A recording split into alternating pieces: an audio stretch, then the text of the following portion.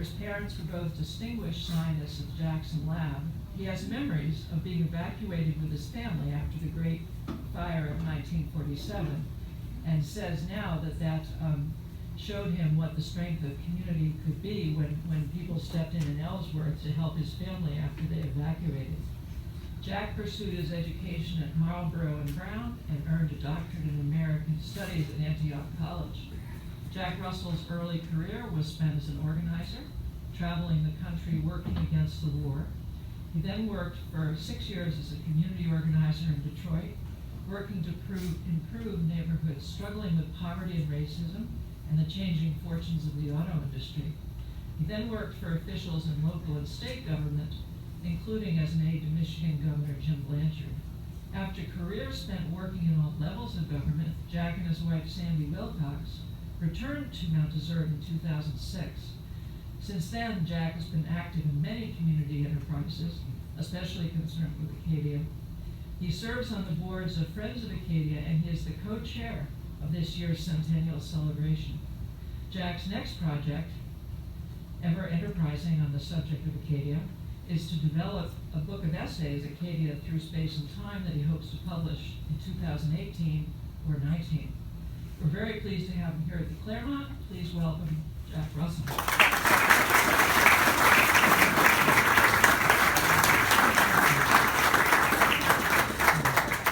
Thank you, Marianne. And I'm trusting you can hear me. Gary, can you hear me? Yes, sir. All right. It's a pleasure to be at the Claremont, which has been, for many of you as well, I know, a family tradition. In the case of my family, I'm sure for at least 60 of my 73 years, maybe longer than that. And I am delighted to see so many friends in various connections here. I do want to acknowledge two folks, actually three. First, there's my distinguished co-chair of the Acadia Centennial Task Force, Cookie Horner. Who, besides doing yeoman duty for 4 years, has had to deal with a certain person. And I don't mean her husband, Bill, who's going to give a great lecture next week from this very podium. And I also want to recognize somebody who's already reasonably famous, but as time goes on will be even more famous for everybody who loves the trails of Acadia. And that's Gary Stelfler, who's taken care of them for 3 decades and more.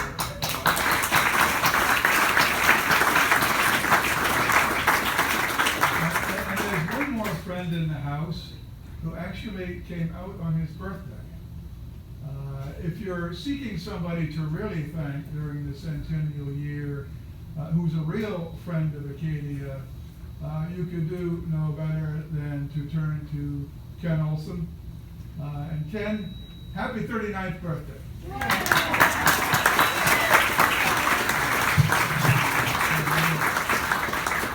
All right, thanks for the mouth adjustment.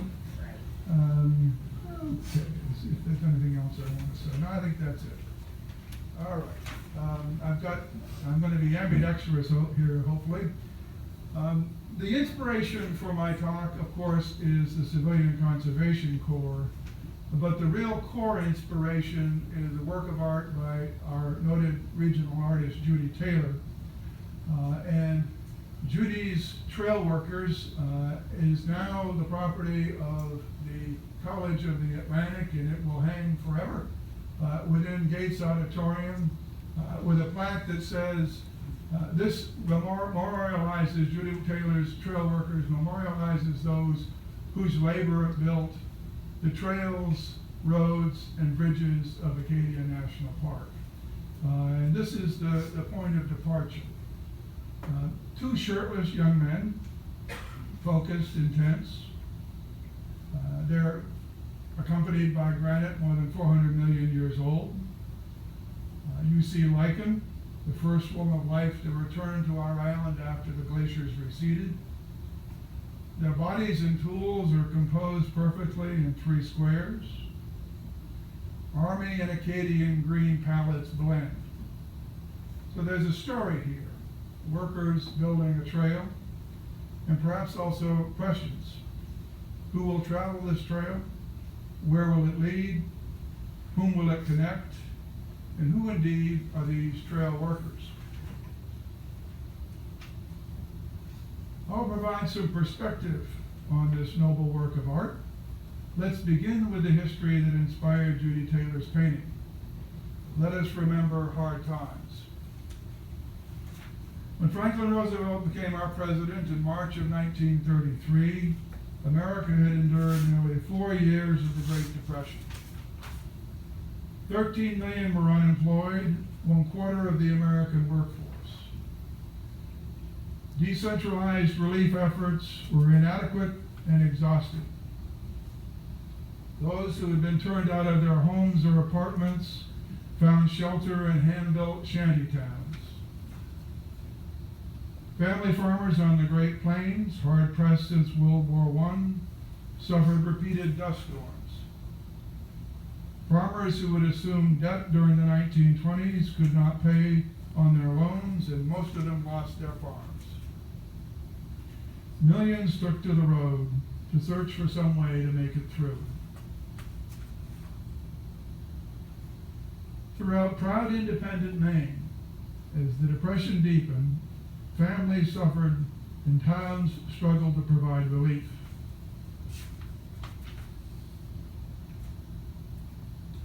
From the textile mills in Biddeford in the south, to the paper mills in Millinocket in the north, to the sardine canneries along the coast, to the corn canneries inland, workers lost their jobs or suffered deep pay cuts.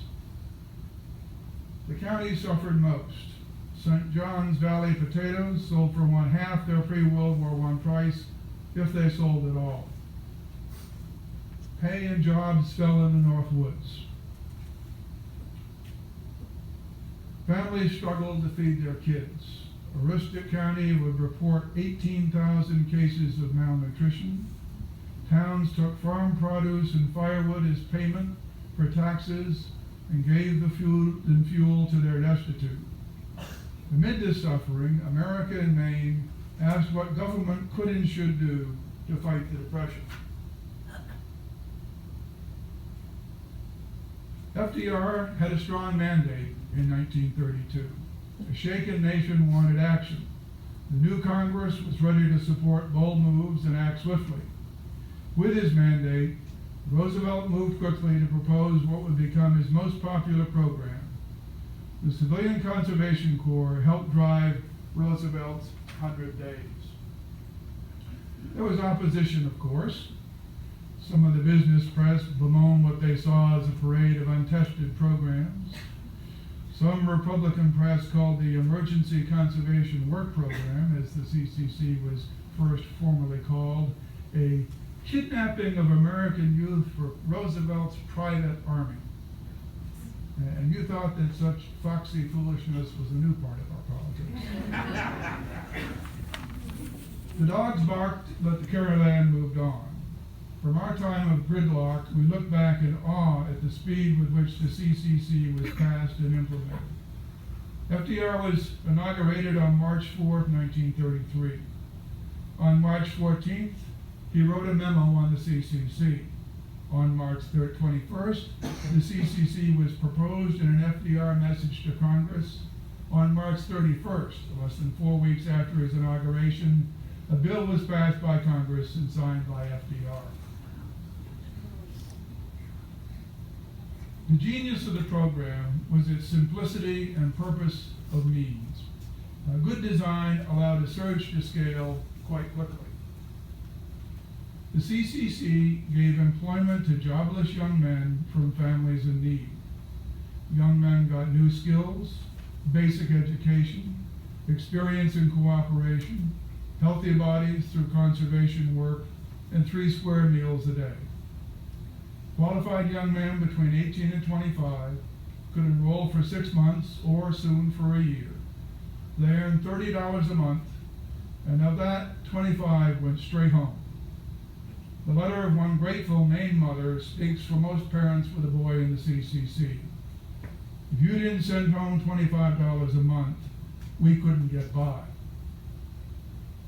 By September 30th, 1933, there were 1,500 CCC camps, the CCC already reached into every state in the Union.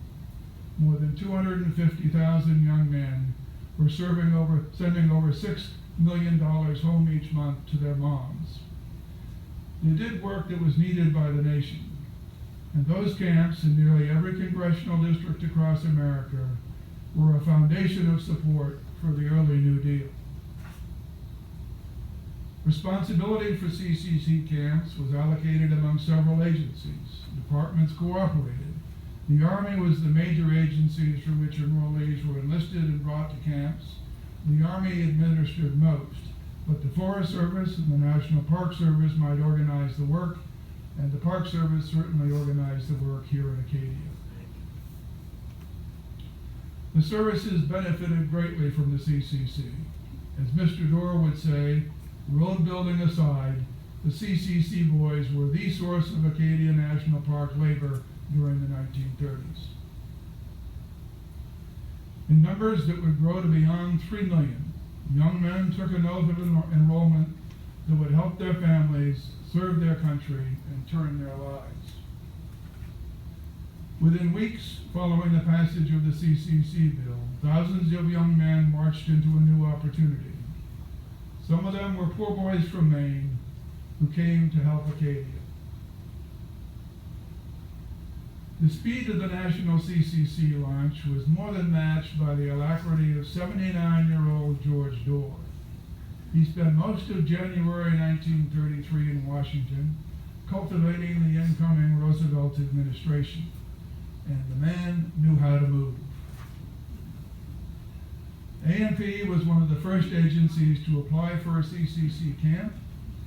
On the 22nd of April, 1933, Acadia National Park won one of the first 50 camps announced. On May 22nd, construction crews arrived at McFarland Hill, although it would be tent life for most of the summer. On May 25th, the first enrollees came. Woods operations began on May 29th. Quick work. George B. Dorr's guests at Old Farm that Memorial Day weekend were Horace Albright, still the director of the National Park Service, and his boss, Harold Ickes, secretary of the Department of the Interior. You think we had an inside track? You bet. Reading their oral histories, one learns that most of these early CCCers from Maine had never eaten as well. In the first 3 months of CCC service, enrollees nationwide gained an average of 11.5 pounds. Here's the mess all done, and a roof going on the barracks. The hilly terrain required post supports and brought some concern about the airspace beneath, knowing what Maine winters were like. Here's a dormitory ready except for the 3 wood stoves, collapsible cots still in use. The second CCC camp on MDI followed close behind on land just south of Great or Long Pond, provided by Benjamin Worcester. The Great Pond Camp was announced on May 24th, begun on May 30th, took its first enrollees on June 1st, and started Woods work on June 5th. This photograph is probably from late in 1933. Here's one from the spring of 1934. Shows landscaping and fencing spruced up, and you can be sure that that was all produced within the camp. 3 square meals on the west side as well. And should you be taken ill, good care in sick bay, whitewash, curtains, and a good stove. What did they do? The CCC was known nationwide as FDR's tree army. That affectionate handle should not obscure the wide range of work done here by the CCC and the many skills the enrollees acquired. Much CCC work was done within Acadia, but some of it was also done for public benefit in the surrounding communities. CCCers were available to tend the new roads of the growing Acadian circulatory system. Here we see some early workers smoothing out and landscaping the Cadillac Summit Road during its first summer. For a while there was a 3rd camp in Ellsworth, the Ron Camp, where the crews there concentrated on cleaning up and improving the roads of access to Acadia on MDI, in Trenton, and in Winter Harbor.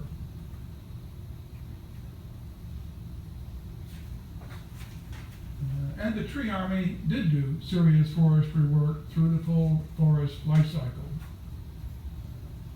Thousands and thousands of trees were planted. Many maturing specimens were harvested for strategic plantings, more than 6,500 of them from the Rockefeller Nursery. Here you see somebody doing spraying to control beach scale in the gorge area. And occasionally when there were forest fires, it was pretty much the CCC who was called out first, working with so-called Indian pumps here, and with hoses, and with pumps that could be put into seawater, get water transported about 2,000 feet and up 200 feet of elevation. Sure would have been nice to have some of those in 1947. And when there were fires, as with this 35-acre burn on Beach Mountain, it was the CCC that did the cleanup and recovery. Once they had the tools, many CCC enrollees applied new skills to build structures needed in the park. CCC hands built bridges that carry many roads and trails over hundreds of Acadian water courses. Camping came by fits and bounds to Acadia National Park, and the CCC was a very important part of that.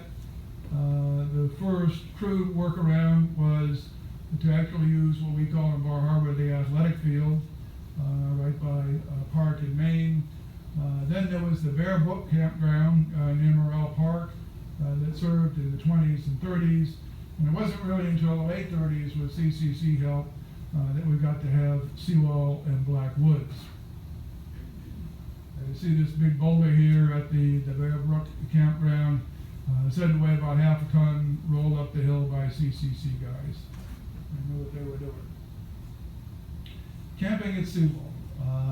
Through George Dorr's incredible entrepreneurship in his 80s, Acadia National Park found federal funds to acquire land near seawall for a campground. Without the possibility of CCC labor to actually build the camp, there would have been no way to get it. Camp life. Camp life was a very important part of the CCC experience. Of the 3 million men who were mustered to the CCC nationally, approximately 100,000 were totally illiterate, and more than 650,000 had not completed 8th grade.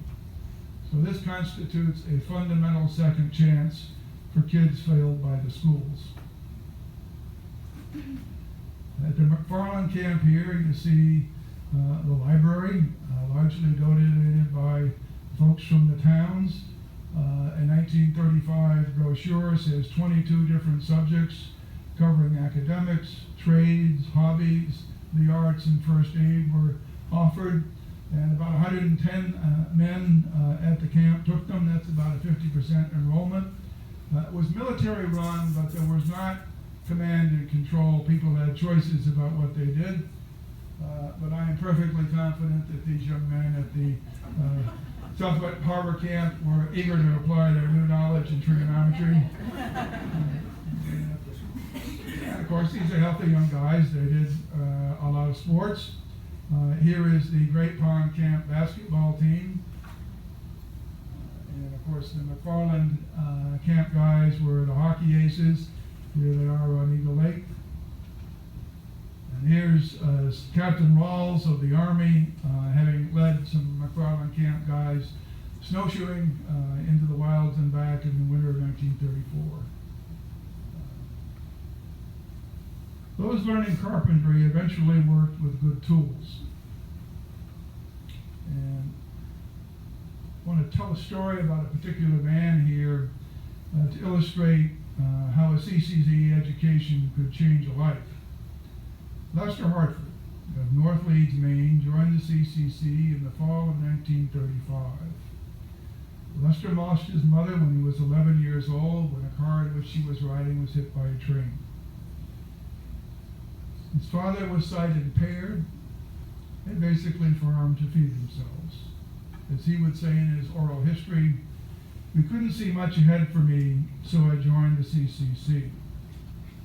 At the Great Pond Camp, Lester Hartford showed interest in and aptitude for carpentry, and Jesse Atwood taught him the core skills. Lester Hartford became a leader and was allowed to re-up 5 times for 6-month hitches in the CCC. Here's an illustration of his new carpentry skills. Lester Hartford designed and built this elegant curved counter for the Great Pond Canteen. Lester saved this photo in his billfold for over 60 years. Lester Hartford was one of several young men from the CCC who fell in love with this place and with a young lady from this place. His train and bus ride north into the unknown in the fall of 1935 brought him to a home that would hold him for more than 70 years. And I wish to thank my friends Stephen Haynes and Juanita Sprague of the Maine Granite Industry Historical Society and the wonderful Maine Granite Industry Museum on the Beach Hill Crossroad for this photograph and the next one. And if you have some free time, I strongly encourage you to go in and see the Refresh Museum, which Steve and Juanita now offer. It's a great island asset. Our island is better for the presence of Lester Hartford. He jackhammered out the holes for the metal handholds on the Beach Cliff ladder trail. His work still pulls us up. After the war and after the fire, when the bridges for the Paradise Hill Road were built, Lester Hartford helped out. He volunteered to frame out the support for the bridge that carries the Park Road over the Eagle Lake Road at Great Hill. Lester cut and shaped the timber and solved some tricky problems as he built the frames. The only compensation he would accept was to take the used lumber to help build his own house on Beach Hill. Near the end of his long life, his family asked him what he was most proud of. "That bridge," he answered. Lester Hartford, trail worker. So how did the camps and the men from the camps get along with the people of our communities? Some people in our towns may have been skeptical about the CCC camps at first, but the boys soon earned the respect and support of all. The CCC did good work, and plenty of it, to benefit our communities, all of them surrounding Acadia, here on the Maine island and also on the mainland. Here's a view of the Beach Hill Road in the early 30s, during mud season. I wouldn't want to take my car on that. There's the same road, the same view a few years later after some hard labor by the CCC. It's perfectly passable. I'm told that the winters of 33 and 34 were pretty brutal, and it was great to have a team of several hundred young CCCers here to help keep the roads open. They did a lot of work on the state and city roads. Here's the hill going down on Route 198 to Northeast Harbor. They landscaped what was then the Southwest Harbor Grammar School. And sometimes people from the community helped out and sent assistance their way. A nearby landloader provided 20 bags of concrete to help finish this important CCC job up on Northeast Creek. In 1935, CCC crews installed riprapping and did plantings at the head of the sound long before the Sonesville one stopped. Sonesville Dam was rebuilt as a cooperative project between the CCC and the town of Mount Desert after Washington gave the okay, even though the project was on private Somes land. There were celebrations. Play as well as work brought town and camp together. Here is a winter carnival on Eagle Lake. Here's an Easter Sunday, 1935, on the top of Cadillac, when apparently 4,000 people were up there, including many of the CCC boys. And apparently most of them got recruited as the cast for a reenactment of the Jesuit Fields Camp in 1613. They look in character with the various degrees of acceptance, I think, in my characterization. They were guys, and of course you wanted to see the movies. At that point, I think there were at least 5 or 4 movie theaters on Mount Desert Island. These were favorite places for CC lads to spend some of their direct $5 a month pay. And of course, movie houses were one way to meet local gals. For the lucky guys at the Great Pond Camp, the Sukup family lived on Seal Cove Road, very near the camp. At the center here is young Lurleen Sukup, mentioned with admiration by several CCC men in their oral histories. She would marry a CCCer and herself contribute a wonderful oral history to the A&P collection. Reading her words, it's almost like talking to her. You understand why all the boys had crushes on Lurleen. And then me too. In 2012, when I gave a similar talk, Lurleen Sukup Tuttle came to my presentation at the Southwest Harbor Public Library. Eventually was acknowledged, called on her, having no idea. And it turned out to be the very young woman in the photograph. For 10 minutes, she owned the room completely, telling stories that showed why and how the island people welcomed the poor young boys from Maine who would come to help their families and help our park. One of the great moments for a local historian, for sure. But not every reaction was as favorable as that, particularly from some elements of the summer colony. There was some very positive stuff. There were even cookouts at big cottages for the guys. And Atwater Kent gave a top-of-the-line radio to the McFarland camp. But newly reestablished Seal Harbor summer resident J.J. O'Brien, who went on to do many good things on island, wrote in the mid-30s to a CCC official in Washington to share the criticisms of the CCCers that had been made by his guests at a recent dinner party. I quote, "I must confess that poor judgment has been used in putting these boys to work immediately on paths and trails that place them in full sight of the summer residents as they go to and from these towns. It does appear as though they were piddling their time away and accomplishing very little. It is evident that a few men could have accomplished as much in a few weeks as whole truckloads of these boys have done in 2 summers. I feel that the leaders of the CCC should do their utmost to put in such prominent camps as these only the best behaved men and the best workers. It is exactly like a stage here, and the setting and actors should be of the finest."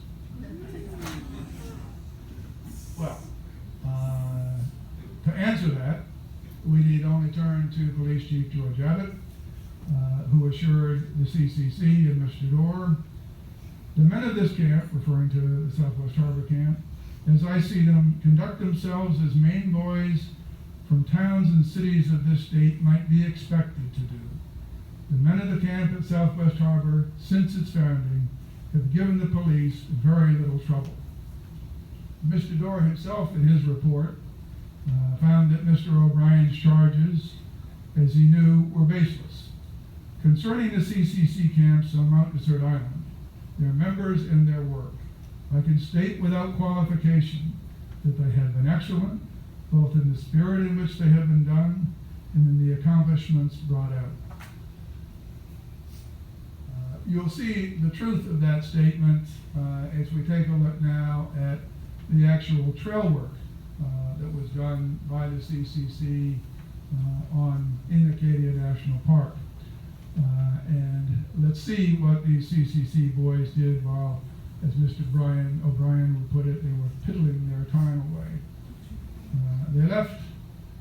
legacy, which we have been proud to share with millions and millions of guests throughout the years. On the east side,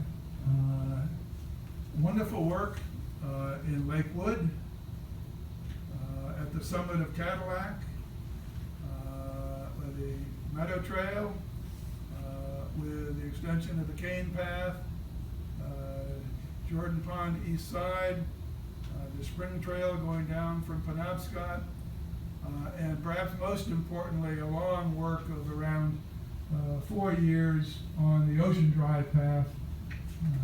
And on the east side, and on the west side, perhaps even more impressive. Pretty Marsh, the wonderful trail down the far side of Western towards Seal Cove Pond, the Valley Cove Trail through the Tumble Down, wonderful Beach Cliff Loop Trail, we'll see more about that. Also on the western side of the beach, the long, lovely level trail up the east side of Great Pond, west side of Great Pond, and then spectacularly, and we'll spend more time on that, the perpendicular trail up Western. Let's take a little bit more detail. The CCC workers labored for 3 iconic trails and opened for us in Acadia. CCC trail most used surely is that of the Ocean Drive path, where CCC boys worked for 4 years alongside the Rockefeller crews as they were building Ocean Drive. I can tell you from personal trail work, Gary will bear me out, that this is a very difficult trail to maintain. The water courses down from granites, and I can say that the CCCers gave us a great foundation from which to work. The most elegant contribution here is the Otter Cliff Overlook. 4 years of hard work by the CCC has given many millions sea views like the following. Without the CCC work, harder to have that. Now let's go to the west side. The most beautiful CCC trail work is on the western side of the park. 2 great gems, distinguished, were designed by Bob Patterson, the well-known regional architect, who led the CCC men as his first job on the island and did 2 extraordinary trails. The first is the Beach Loop Trail Spur.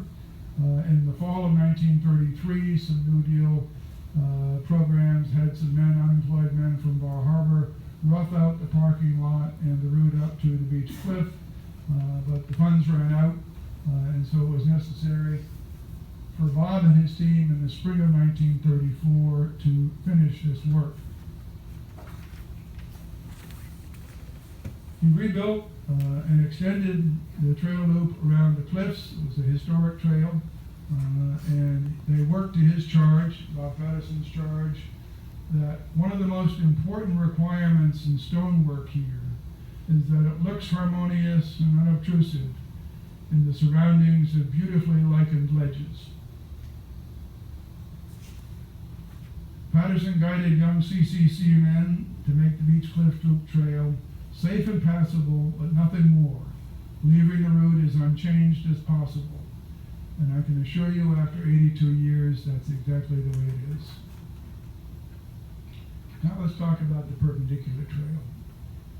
Young Patterson's design ethic and the skills of the CC trail workers shown as well on the challenging perpendicular trail up the rugged east side of Western Mountain, also begun in 1934. The first requirement of the trail, Patterson wrote, are first scenic beauty, either in distant views or nearby forest stands. Second, an ultimate objective point climaxing the hike. And third, there must be embodied in the trail itself a natural change of pace from steep rock climbs to needle surfaced walks. The ultimate objective of this design was achieved only fully in 2007-2008, when a fantastic Acadia trail crew under the leadership of Gary Stelflug finished the upper sections of this work with an aesthetic worthy of Bob Patterson. In other sections, Patterson's attempt would be to soften and naturalize the rocky sections, clothing ragged and bare surfaces with mosses and mats of rock fern, such as grow for the most part throughout the talus slope. As the authors of Pathmakers would observe more than 70 years later, in a telling break from their usual austere style, this trail is one of the most highly constructed on the island. Views are grand to the south, but the stonework steals the show. This was accomplished by a 29-year-old man in his first months of service to Acadia, leading a team of untrained young men mustered within the last year from impoverished Maine families, because many were hungry and all needed to help their families. This trail work is not fiddling. It is the way life is supposed to be. Here's a wonderful rendering, pen and ink rendering by my friend Liddy Hubble of the perpendicular trail as it is today. What legacy was left by the CCC? There are many ways to look at this question. I will close with reflections on the legacy of the CCC in Acadia and in America, in the art of a worthy predecessor to Judy Taylor, in the enduring work the CCC left us in our park, in the changed face of the American landscape, through the service of the men they became, and in their influence on conservation in America. I'll walk this path home to Judy Taylor's trail workers. The CCC sometimes placed unemployed artists at camps.